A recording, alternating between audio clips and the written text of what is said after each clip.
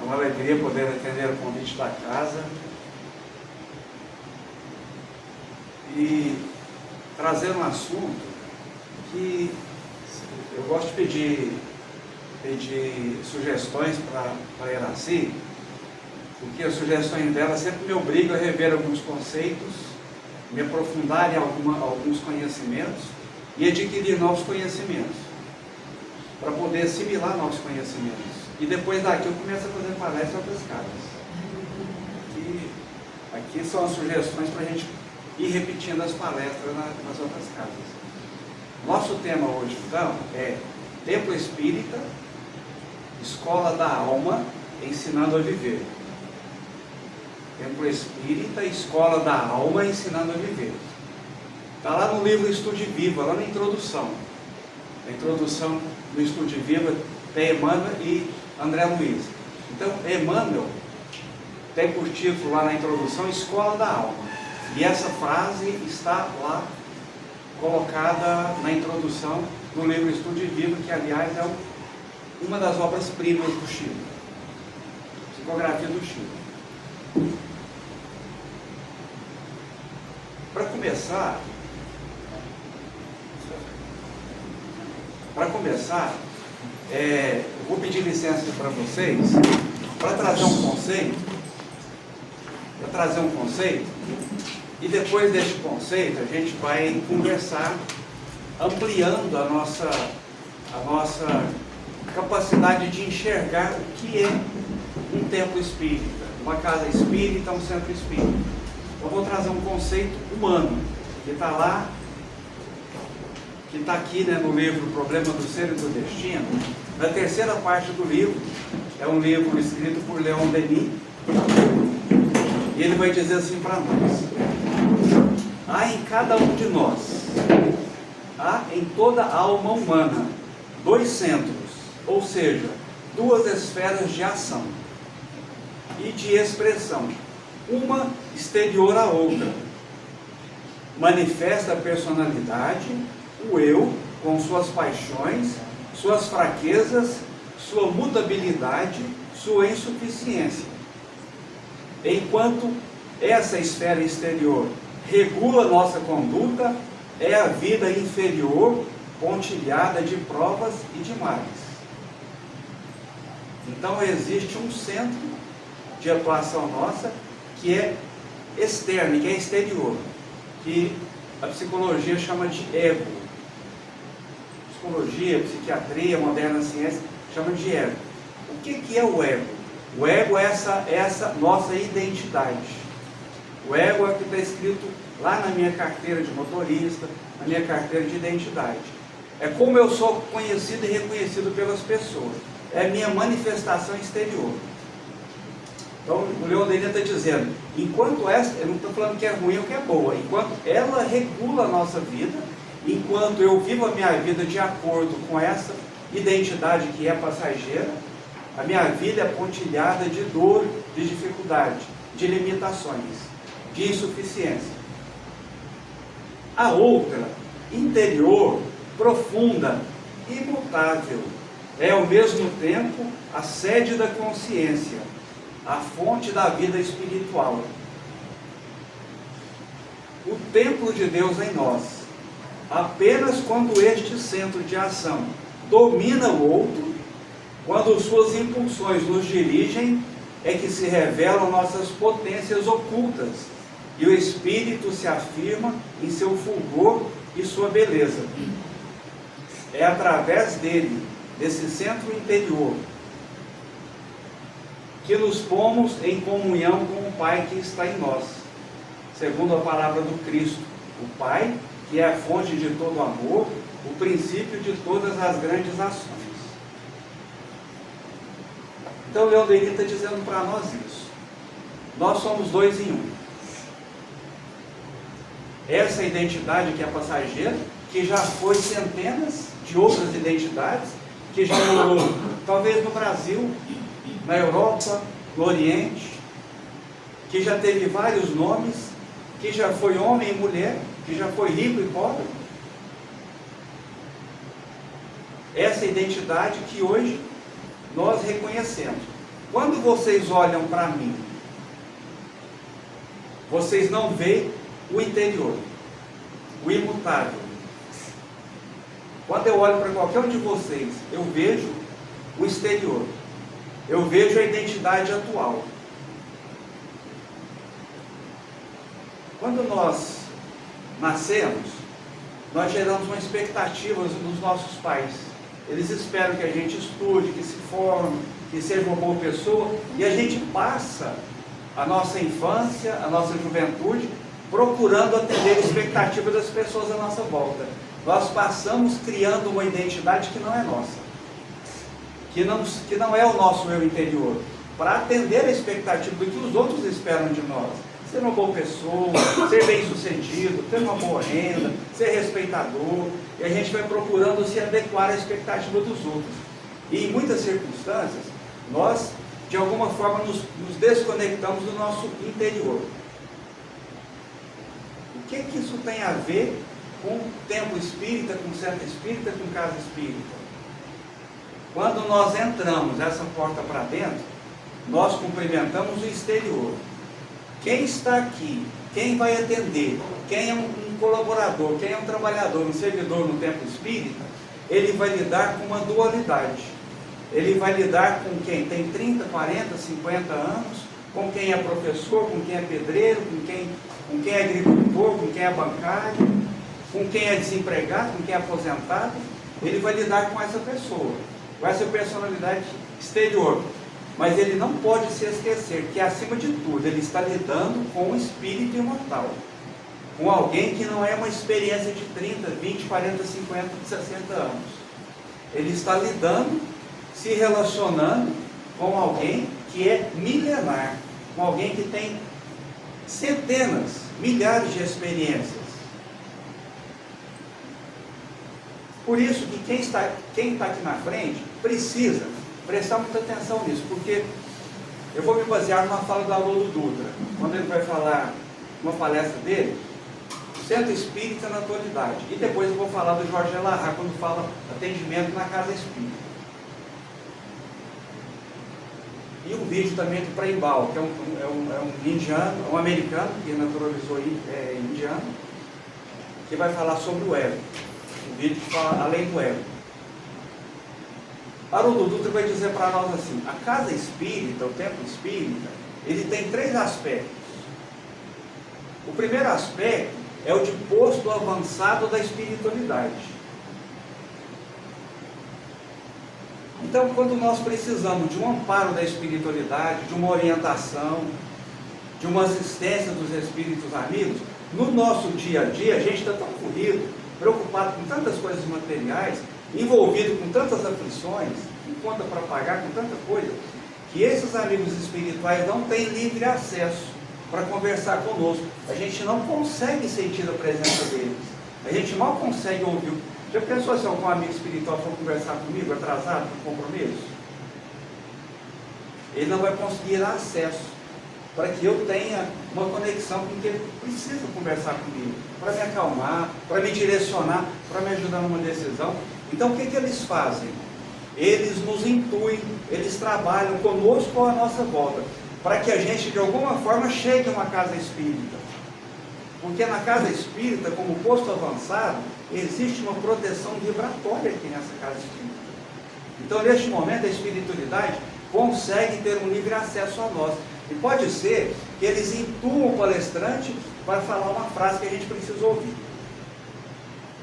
Aí funciona como um posto avançado da espiritualidade. Representação de nosso lar, das colônias, de amigos espirituais nossos. Eles, às vezes, trabalham por dias, semanas, meses, anos, para conseguir trazer a gente aqui. Olha a responsabilidade de quem trabalha numa casa espírita, de quem atua numa casa espírita. Quando a gente recebe alguém, eu não estou recebendo só aquela personalidade que eu enxergo, não.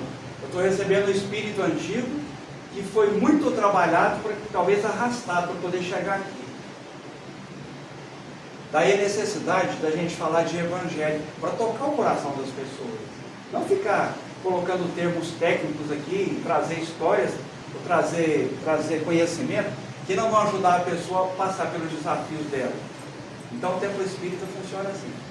Eu vou dar um exemplo aqui, um exemplo pessoal meu. Eu estava trabalhando e a carga no meu trabalho estava muito grande, emocionalmente muito grande para mim. E eu comecei a conversar com meu amigo espiritual, meu mentor espiritual, meu anjo da guarda. Comecei a conversar com ele, pedindo orientação para ele. A gente sempre esquece do anjo da guarda nosso, né? A gente deixa por último na fila, né? E é o que conhece, que nos acompanha, que assinou embaixo aqui da nossa encarnação, que é o nosso avalista, que sabe do nosso projeto reencarnatório, não é na cola para nós, mas tem como nos orientar. E eu conversei com ele, o que eu faria? Eu me afastaria do meu trabalho, pediria uma licença, o que eu faria? E o pensamento era esse: olha, eu não estou aguentando mais, do jeito que está, emocionalmente, a família se juntou, olha, melhor se afastar, pedir uma licença, ou pedir dispensa da função que você ocupa. E pensando desse jeito, conversando com o Espírito Protetor meu, eu fui na reunião no Carita, que é a nossa casa, uma das casas que a gente frequenta até aqui, né? Nós fomos lá no Irmã Carita, e tinha um palestrante lá, de nome Belmiro, fazendo a palestra. E lá no meio da palestra, eu sentado aqui assim do lado esquerdo do Belmiro. E lá no meio da palestra, eu estou pensando assim, gente, sabe que a gente desconecta do que está sendo dito? Porque eu estou com uma aflição grande. Eu estou pensando assim, o que eu faço? Eu não sei o que eu faço. E o Belmiro está lá no meio fazendo a palestra, conversando. De repente ele para, olha para mim e fala assim: criatura, se você não está aguentando, sai de lá. Aí eu parei, olhei assim e falei: que coisa louca. Você não está aguentando, sai. Isso acontece conosco.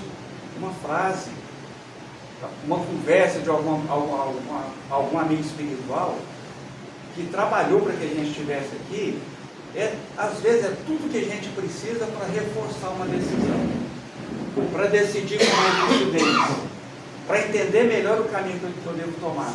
Nesse sentido, o templo espírita funciona como um posto avançado. Outro aspecto da casa espírita é que ela funciona como uma escola. Porque aqui a gente vem aprender as leis que regem nossos destinos.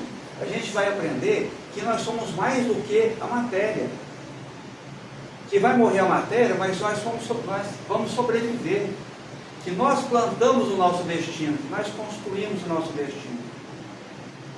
E aí existem os livros, os cursos, as palestras, os diálogos, as conversas. Outro aspecto da casa espírita é o aspecto da caridade. A caridade hoje, a gente enxergava a caridade como arrumar uma cesta, fazer sopa e fornecer alimento e agasalho para as pessoas. É isso também. A caridade é isso também. Mas a caridade na casa espírita, ela vai muito além, porque a caridade na casa espírita, ela é feita para conosco mesmo, porque quem vem trabalhar numa casa espírita, gente, queira ou não queira, está procurando um caminho de fazer o bem, de praticar o bem, de mudar a forma como nós nos comportamos até hoje. Então, qual é o aspecto da caridade? É benevolência para com todos, indulgência para com os defeitos, o perdão das ofensas. E aí a gente não pode esquecer de uma coisa: quantas vezes eu vou ter que ser indulgente e perdoar? Quantas vezes eu vou ter que usar caridade? Nós nos esquecemos que nós estamos num planeta de provas e expiações. Então, a esmagadora maioria de quem mora aqui no planeta Terra é espírito imperfeito. Então, você ainda vai ser ofendido muitas vezes. Você ainda vai ofender muitas vezes. Cada um de nós vai precisar perdoar muitas vezes, usar a indulgência muitas vezes. E as pessoas vão precisar utilizar a indulgência e o perdão para conosco. Porque isso faz parte de um planeta de provas e expiações. A gente sabe que nós estamos num momento de transição planetária. Quem é que bate a porta da casa espírita para trabalhar ou para pedir assistência? É só gente equilibrada? É só doente da alma. Todos nós somos doentes da alma, procurando cura no pronto-socorro de Jesus. Todos nós trazemos os nossos débitos e desequilíbrios do passado. E hoje a gente procura a cura, procura o socorro no melhor lugar, no Hospital de Jesus. Então quem é que bate a nossa porta? Quem está vivendo os momentos de transição planetária. O que é transição planetária? Transição planetária é os enormes desafios que a gente vive conosco mesmo. E Allan Kardec traz algumas lições que falam a esse respeito, que falam da transição planetária. E uma dessas lições, ele vai falar para nós que a loucura e o suicídio se manifestarão em número assombroso. Suicídio, ele vai dizer, inclusive de crianças. Quem é que está batendo na porta da casa espírita? Quem está cheinho de conflito? Quem já procurou resolver seus conflitos, suas dores, com todos os mecanismos respeitáveis e não conseguiu? Então bate a porta da casa espírita. Eu estou com uma dor grande dentro de mim, como é que eu resolvo isso? O papel da casa espírita, então, como caridade, é acolhimento. A gente não pode esquecer nunca que o templo espírita, ele foi feito para as pessoas, para atender as pessoas. Não as pessoas foram feitas para o centro espírita, para o templo espírita. Porque o que acontece em muitas casas? As regras que são colocadas, elas são desumanas. Elas não olham o ser humano. Não, a regra é desse jeito. Gente, a regra é desse jeito. Hoje é dia do curso. Eu lembro que uma amiga nossa, a Lucimar, ela contou que estava numa casa espírita e era dia de curso. Então no curso tinha hora para terminar, tinha a forma de conduzir o estudo, tinha horário para terminar, para começar, para terminar, quem falava, e já tinha dado horário de começar. E aí, quando foram começar, apareceu uma pessoa lá na porta. E ela foi lá, ver o que a pessoa queria, e a pessoa desesperada, falando em suicídio. Olha, a vida está pesada para mim, eu estou pensando em me matar, e eu apareci aqui na porta do centro. Não sei como é que eu achei isso aqui. Eu não vou falar nome, então não vou colocar ninguém em dificuldade, né? Ela entrou, conversou com as pessoas falaram, mas hoje é dia de curso, e já deu hora de começar. O centro espírita foi feito para atender as pessoas. A regra não pode ser maior do que a caridade. Lógico que para ter disciplina, precisa, para que tudo transcorra, precisa de disciplina, de horário, de local, de dia. O médium não pode ficar atendendo na casa dele. A casa dele é feita para convivência familiar. Ele vai atender, ele vem na casa espírita. É um local determinado para isso. Mas olha o exemplo que eu dei. Como é um desconhecido, eu fecho a porta, falo, ó, fulano, vem segunda-feira, hoje é quarta, hoje é quinta, vem segunda-feira, porque segunda-feira é dia de atendimento. Como deve ter sido difícil para que essa pessoa chegue na porta da casa espírita. Olha o aspecto que a gente tem que prestar atenção no centro espírita. Os 3 aspectos são importantes. Mas com certeza, o mais importante é o aspecto da caridade. O Jorge Elahá vai falar que centro espírita a gente procurava para conversar com o espírito. Antigamente, a gente procurava quando queria conversar com o espírito. Eu vou lá que eu vou conversar com o espírito. Vou ir no centro espírita. Depois centro espírita virou lugar da gente fazer sopa e levar para as pessoas pobres.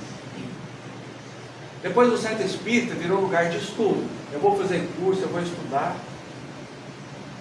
Mas acima de tudo, o centro espírita hoje, ele não pode voltar as costas para a dor que está lá fora, para a dor que está aqui dentro.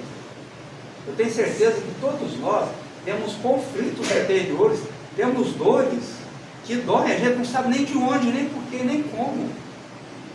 A gente só sabe que ela vem, nos visita, fica e não quer ir embora. E em muitas situações, nós chegamos arrastados na casa espírita. A gente chega um carro na casa espírita. Você olha por fora e a pessoa está bonita, está perfumada, está bem vestida, está bem resolvida. Porque o nosso olhar ainda não consegue enxergar o interior das pessoas. E interiormente, a pessoa pode estar vivendo uma série de conflitos, uma série de dificuldades, que ela nem sabe de onde vem. A gente não sabe de onde vem. A gente só sabe que vem, que existe, que aparece, e temos dificuldade para resolver isso. Então, numa casa espírita, então, numa casa espírita, nós estamos aqui para pertencer a um grupo e para nos apoiar, para dar apoio uns para os outros. A gente não consegue saber quem traz a maior dor, quem traz a menor dor. A gente só sabe que nós estamos aqui para nos apoiar, para nos ajudar. Lá no livro Missionários da Luz, no capítulo 1, o título é O Psicógrafo, vai falar de psicografia. André Luiz chega numa reunião espírita, numa casa espírita, e ele vai falar que lá, entre as dezenas de cadeiras dispostas no ambiente, então dezenas, vamos imaginar 50 cadeiras, haviam só 18 pessoas encarnadas sentadas, mas todas as outras cadeiras estavam ocupadas. Ora, se todas as outras cadeiras estavam ocupadas, quem garante que minha avó não está sentada aqui? Que o primo meu que desencarnou com câncer não está sentado aqui? Quem garante que alguém muito próximo de mim não está aqui neste momento, veio me acompanhar e vai ser atendido, vai ser socorrido? A gente vai embora e o socorro vai continuar para ele.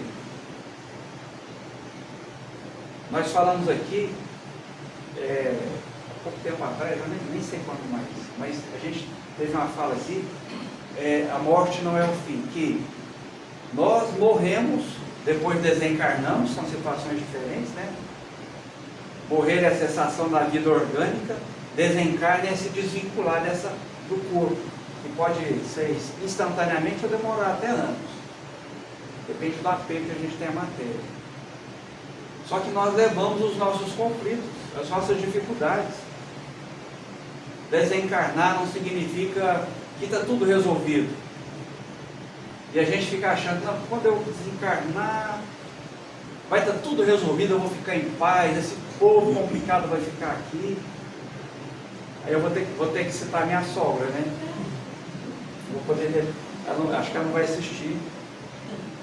A minha sogra tem uma fala, que é uma fala muito nossa também. Quando ela está assim, cansada dos problemas que ela passa, ela fala assim, pô, dá vontade de sair andando, até sumir. De vez em quando a gente dá vontade de fazer isso também, não dá, gente? Mas a gente vai sumir de quem? Você andou 15 dias andando sem parar, aí você vai olhar e você ainda está lá. E tem gente que pensa que o desencarne é isso também, eu vou desencarnar e está tudo resolvido, eu vou sumir dos problemas. Quando eu desencarnei, eu só abandonei uma vez, as dificuldades continuam comigo. Por isso que o Templo Espírita vai me ajudar a resolver as minhas questões hoje. Eu é que vou resolver. Mas ele vai me ajudar, porque ele vai ampliar a minha visão de ser imortal. Olha, não adianta eu achar que eu fui embora e os problemas ficaram com o corpo físico, eles vão me acompanhar. Não adianta eu pensar que eu vou chegar em algum lugar e o problema ficou lá. As dificuldades não são problemas, são lições. As dores estão conosco, a gente precisa resolver isso. São dificuldades que a gente precisa passar. Então que a gente nunca se esqueça que as pessoas que comparecem aqui, inclusive nós, vêm porque elas precisam pertencer a um grupo equilibrado, a um grupo que tem dificuldades. Se tiver algum espírito perfeito aqui encarnado, vocês me desculpem, gente, mas eu não consigo enxergar o interior, eu consigo enxergar só o exterior. Então, nós somos muito parecidos, a gente precisa se apoiar. Quando a gente entra e é acolhido, olha, o bem que isso faz para nós, a pessoa não volta porque ela gostou da palestra. Às vezes ela não entendeu nada, estava pensando em outra coisa, mas ela volta porque ela foi acolhida. Ela volta porque ela foi enxergada como alguém. Ela volta porque alguém abraçou alguém, cumprimentou alguém, falou, pode sentar, fica à vontade. Ela volta por causa do acolhimento. Que a gente nunca se esqueça disso. Quem chegou aqui é alguém muito antigo. As dores, as dificuldades, as aflições são antigas.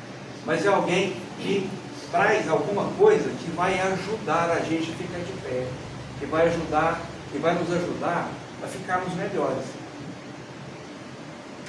É assim que funciona a casa espírita. Gente, eu programei de falar uma coisa, isso é uma coisa muito diferente aqui. Alguém quer fazer alguma pergunta, alguma colocação, fica à vontade. Para que a gente possa falar.